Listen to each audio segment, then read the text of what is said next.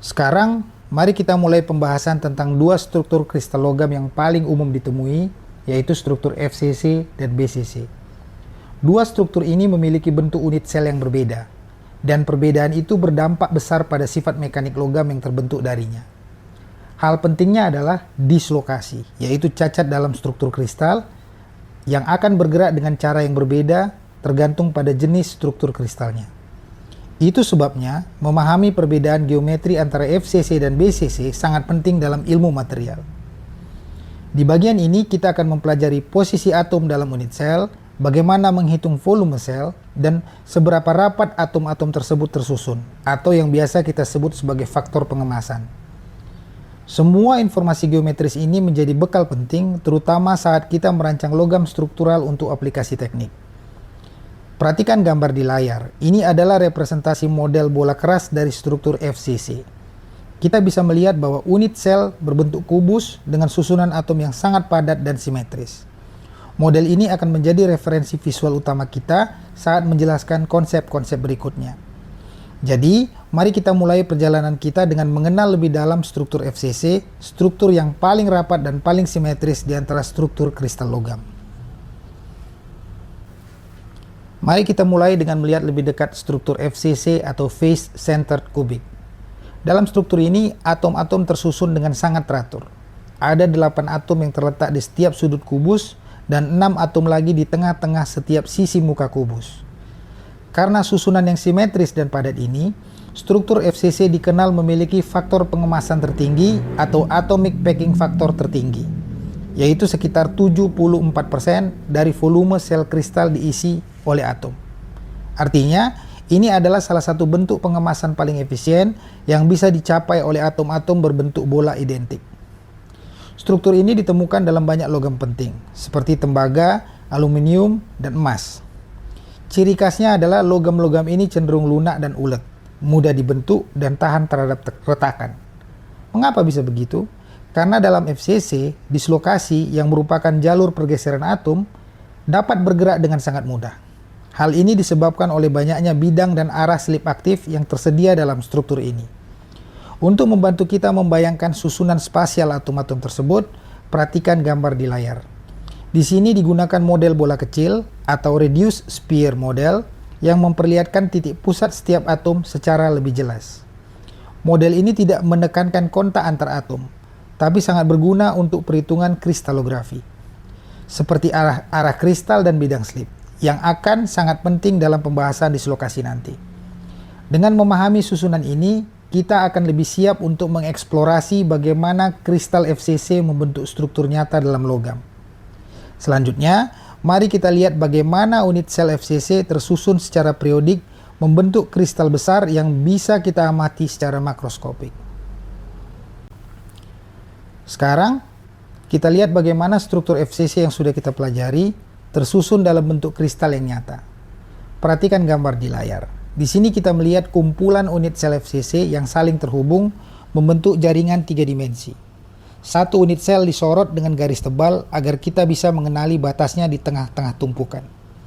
Struktur ini bukan sekedar tumpukan acak. Setiap unit sel disusun secara periodik atau berulang dalam semua arah ruang. Inilah yang menciptakan struktur mikrokristalin yang stabil dan seragam.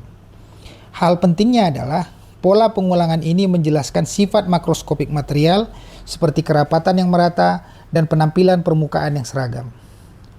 Visualisasi seperti ini juga sangat berguna ketika kita ingin mempelajari mekanisme slip dan deformasi plastis dalam skala besar.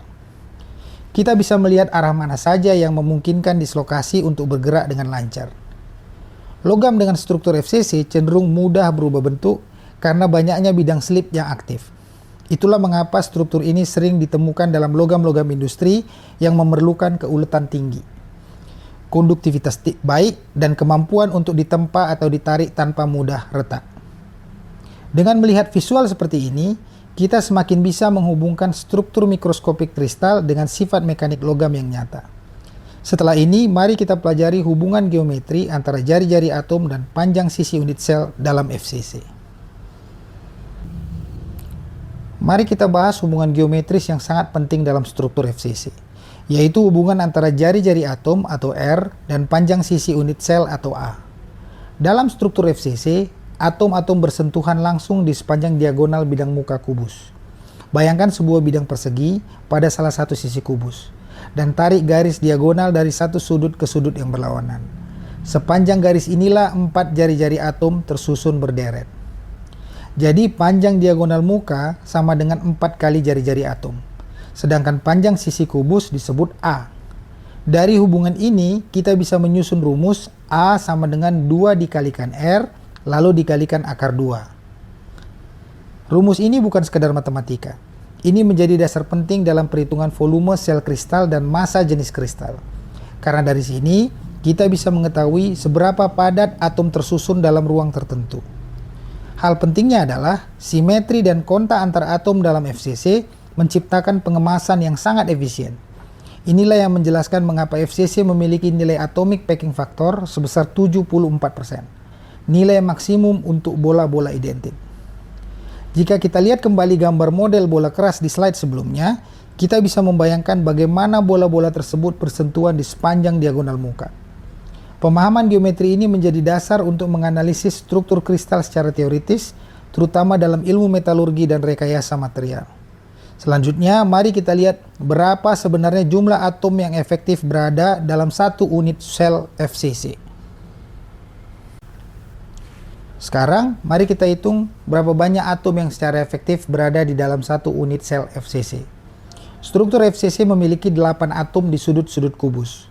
Tapi karena setiap atom sudut dibagi ke 8 unit sel yang berdekatan, kontribusinya ke satu unit sel hanya 1/8 bagian. Jadi 8 dikali 1/8 menghasilkan 1 atom penuh. Lalu ada 6 atom lain di tengah-tengah sisi kubus.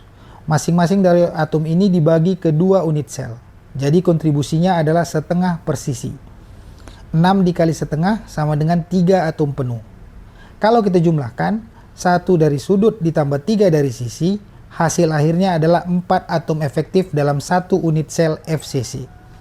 Perhitungan ini sangat penting dalam berbagai analisis, mulai dari menghitung kerapatan atom hingga menentukan massa jenis dan volume molar logam. Perhatikan gambar model bola keras yang sudah kita lihat sebelumnya. Kita bisa melihat bahwa atom-atom pada sudut hanya tampak sebagian kecil, karena hanya sebagian volumenya yang benar-benar berada di dalam unit sel. Sementara itu, atom pada sisi muka terlihat setengah bola sesuai kontribusinya. Dengan memahami hitungan ini, kita bisa mendapatkan nilai-nilai teoritis yang sangat akurat untuk memprediksi sifat fisis dan mekanik logam. Selanjutnya, mari kita bahas lebih dalam tentang koordinasi atom dan seberapa efisien struktur FCC dalam mengemas ruang. Kita akan bahas 2 karakteristik kunci dari struktur FCC, yaitu koordinasi atom dan faktor pengemasan atom atau atomic packing factor. Struktur FCC memiliki koordinasi atom sebesar 12. Artinya, setiap atom dalam FCC dikelilingi oleh 12 tetangga terdekat. Ini adalah jumlah koordinasi tertinggi yang bisa dicapai oleh atom-atom dalam logam biasa. Dengan kata lain, atom dalam FCC memiliki lingkungan yang sangat rapat dan stabil. Faktor pengemasannya juga istimewa. APF-nya adalah 0,74 atau 74%. Itu artinya dalam satu unit sel FCC, sebanyak 74% volumenya benar-benar diisi oleh atom. Sementara sisanya adalah ruang kosong antara atom. Ini adalah pengemasan paling efisien yang bisa dicapai oleh bola identik dalam ruang 3 dimensi. Kondisi ini menjadikan struktur FCC sangat ideal untuk deformasi, karena atom-atomnya tersusun rapat dan memiliki banyak bidang slip. Dislokasi dapat bergerak dengan mudah melintasi struktur ini. Itulah sebabnya logam-logam FCC seperti tembaga dan aluminium cenderung lunak, ulet, dan sangat cocok untuk proses pembentukan seperti penempaan, penarikan, atau pelipatan. Sekarang kita lihat gambar di layar, struktur agregat FCC. Terlihat jelas bagaimana atom-atom tersusun dalam pola 3 dimensi yang teratur dan sangat rapat satu sama lain. Dengan karakteristik seperti ini, FCC tergolong sebagai struktur close pack, bersama dengan HCP atau hexagonal close pack yang akan kita bahas di bagian selanjutnya.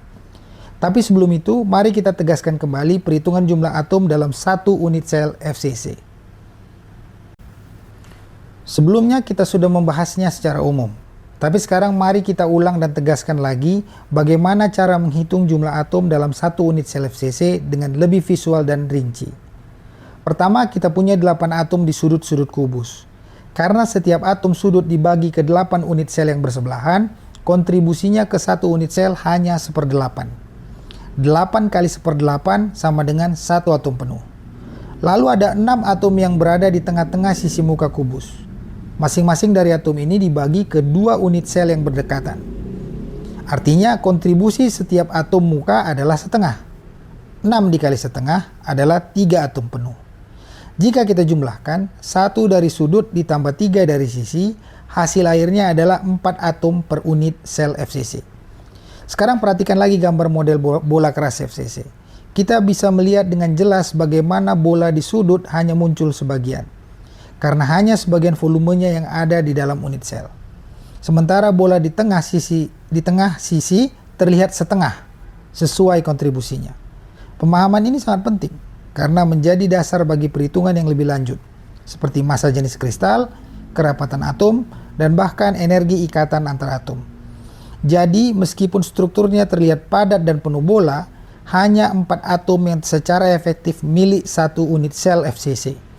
Berikutnya, mari kita lihat hubungan antara jumlah tetangga atom dan efisiensi pengemasan dalam struktur FCC. Sekarang kita akan mengaitkan dua konsep penting sekaligus, yaitu koordinasi atom dan faktor pengemasan, atau atomic packing factor dalam struktur FCC. Pertama, mari kita ingat bahwa struktur FCC memiliki koordinasi atom sebesar 12. Itu artinya, setiap atom dalam unit sel FCC bersentuhan langsung dengan 12 tetangga terdekat di sekitarnya. Ini adalah angka koordinasi tertinggi yang mungkin terjadi dalam logam-logam biasa. Karena itulah FCC dikategorikan sebagai struktur yang sangat rapat atau close pack. Dan ini membawa kita ke poin kedua. APF-nya atau faktor pengemasan atom adalah 0,74.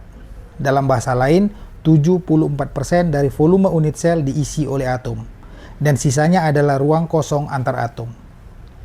Struktur sepadat ini membuat FCC sangat efisien dalam hal pemanfaatan ruang. Tapi yang lebih penting lagi, kedekatan antara atom ini mempengaruhi sifat mekanik logam secara langsung. Karena atom-atomnya berjarak sangat dekat dan tersusun teratur, dislokasi dapat bergerak dengan lancar, melewati bidang-bidang slip yang tersedia.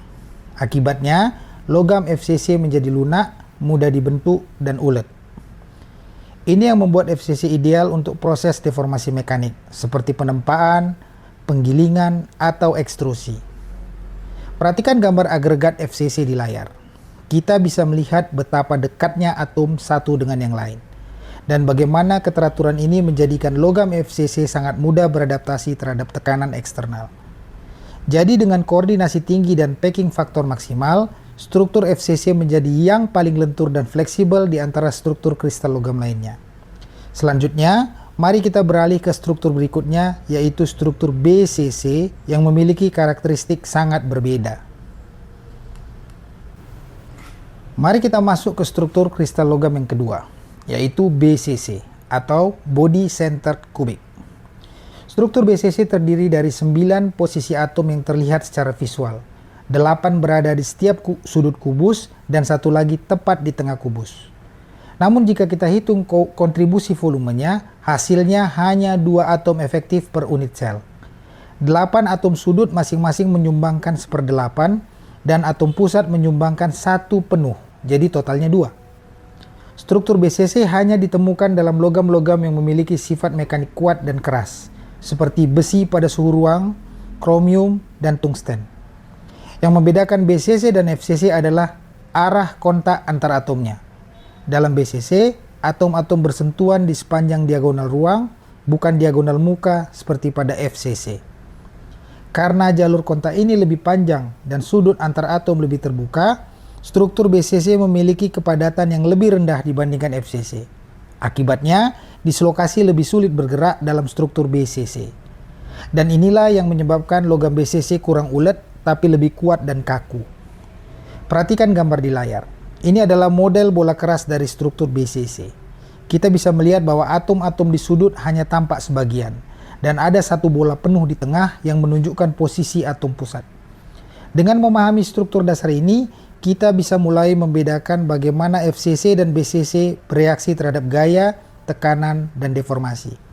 Selanjutnya mari kita lihat visualisasi bola keras dari struktur BCC dengan lebih detail. Sekarang, kita perhatikan lebih dekat visualisasi model bola keras untuk struktur BCC. Gambar di layar menunjukkan bagaimana atom-atom dalam BCC tersusun, dengan gaya visual yang menekankan kontak antar atom di sepanjang diagonal ruang kubus. Ada 8 bola kecil di sudut-sudut kubus, masing-masing hanya muncul sebagian, karena hanya sebagian volumenya yang masuk ke dalam unit sel. Kemudian ada satu bola penuh di tengah-tengah kubus yang merupakan atom pusat, ciri khas dari struktur BCC. Model ini sangat berguna untuk memahami koordinasi spasial antar atom, dan bagaimana arah kontak terbentuk di dalam struktur. Yang membedakan BCC dan FCC adalah struktur BCC tampak lebih terbuka atau longgar, karena koordinasi atomnya lebih rendah dan jarak antar atom lebih besar. Model ini hanya digunakan dalam analisis geometri kristal, perhitungan volume sel, dan juga untuk menentukan faktor pengemasan atom atau atomic packing factor. Dengan melihat visual ini, kita juga mulai memahami mengapa logam-logam BCC cenderung lebih kaku dan kuat, karena struktur yang kurang padat membatasi pergerakan dislokasi. Gambar ini bisa kita anggap sebagai titik awal penting untuk masuk ke pembahasan lebih lanjut tentang sistem slip dalam struktur BCC. Selanjutnya, mari kita lihat versi geometrik yang lebih ringkas dari BCC yang disebut model titik pusat atau reduced sphere model. Mari kita lihat representasi alternatif dari struktur BCC, yaitu model bola kecil atau sering disebut juga sebagai reduced sphere model.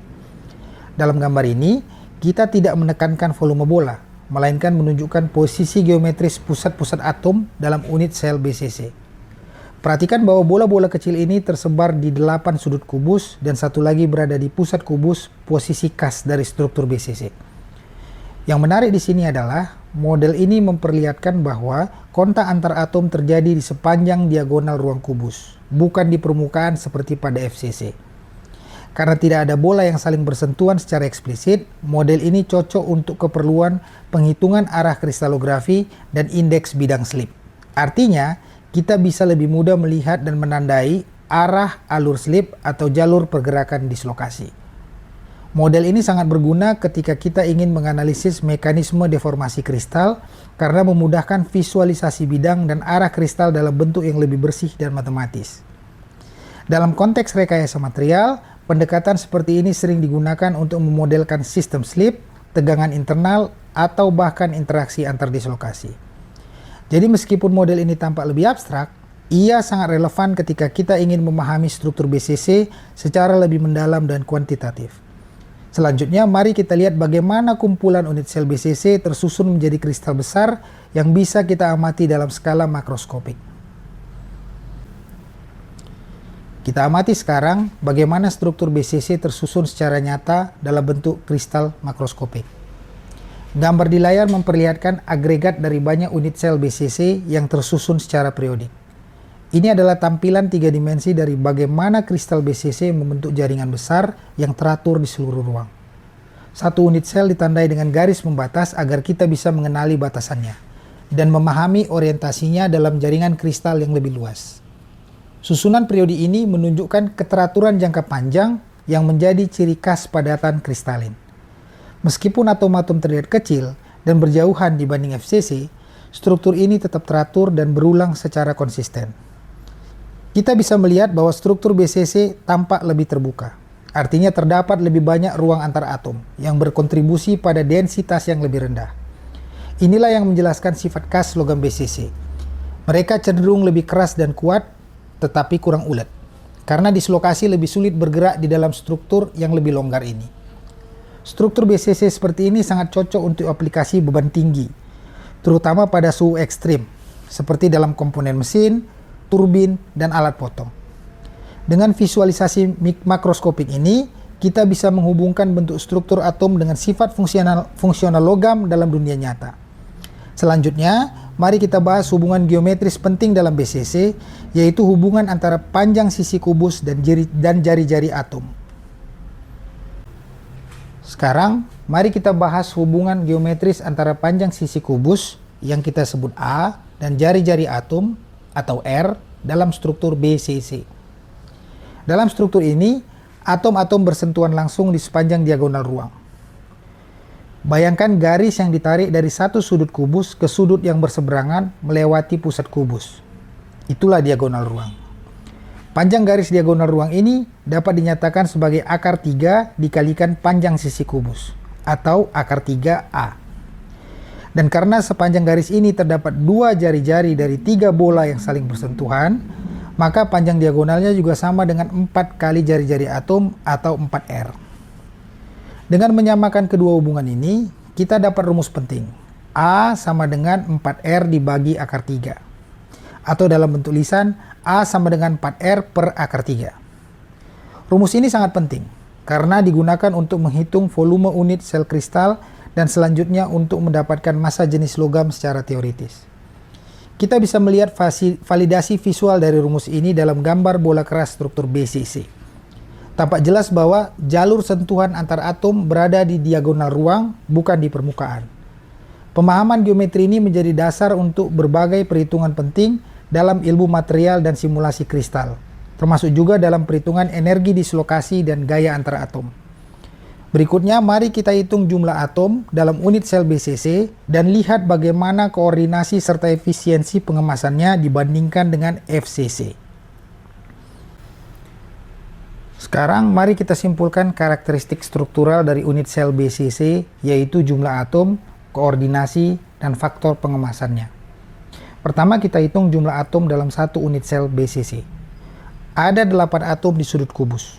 Karena setiap atom sudut hanya menyumbang 1/8 bagian ke unit sel, maka total kontribusinya adalah 1 atom penuh. Kemudian ada 1 atom penuh di pusat kubus yang sepenuhnya dimiliki oleh unit sel tersebut, jadi totalnya adalah 2 atom per unit sel BCC. Sekarang kita lihat koordinasi atom dalam struktur ini. Setiap atom BCC bersentuhan dengan 8 tetangga terdekat. Artinya, koordinasi atomnya adalah 8. Lebih rendah dibandingkan FCC yang memiliki koordinasi 12.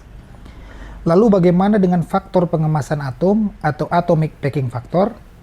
Pada BCC, APF-nya adalah 0,68 atau 68%. Itu berarti hanya sekitar 2/3 dari volume unit sel yang benar-benar diisi oleh atom. Sementara sepertiganya adalah ruang antar atom. Akibat dari kepadatan yang lebih rendah ini, dislokasi lebih sulit bergerak dalam struktur BCC. Hal ini membuat logam BCC seperti besi, tungsten, dan kromium menjadi keras dan kuat, tapi cenderung kurang ulet dibandingkan logam FCC.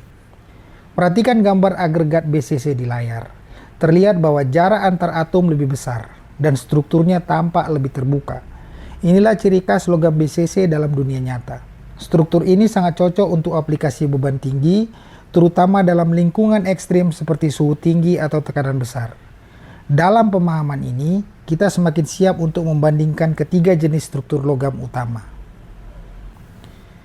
Sampai di sini, kita telah mempelajari 2 struktur kristal logam yang paling penting, yaitu FCC dan BCC, baik dari sisi geometri maupun fungsi mekaniknya. Struktur FCC dengan koordinasi tinggi, faktor pengemasan maksimal, dan banyak bidang slip aktif menghasilkan logam yang lunak, mudah dibentuk, dan sangat ulet. Inilah struktur yang kita temukan pada logam seperti tembaga dan aluminium. Sebaliknya, struktur BCC memiliki koordinasi lebih rendah dan bidang slip yang terbatas. Hasilnya adalah logam yang kuat dan kaku tapi kurang ulet. Cocok untuk aplikasi yang membutuhkan ketahanan terhadap beban besar atau suhu tinggi. Hal pentingnya adalah struktur kristal menentukan bagaimana dislokasi bergerak. Dan dari sana, kita bisa menjelaskan bagaimana logam mengalami deformasi plastis. Tapi pembahasan kita belum lengkap. Masih ada satu lagi struktur penting yang juga termasuk dalam kategori close pack, yaitu struktur hexagonal close pack atau HCP. Struktur ini memiliki ciri yang unik dan memberikan kombinasi sifat mekanik yang berbeda dari FCC dan BCC. Jadi mari kita lanjut ke bagian 3 untuk memahami lebih dalam tentang struktur HCP dan perannya dalam sifat-sifat logam.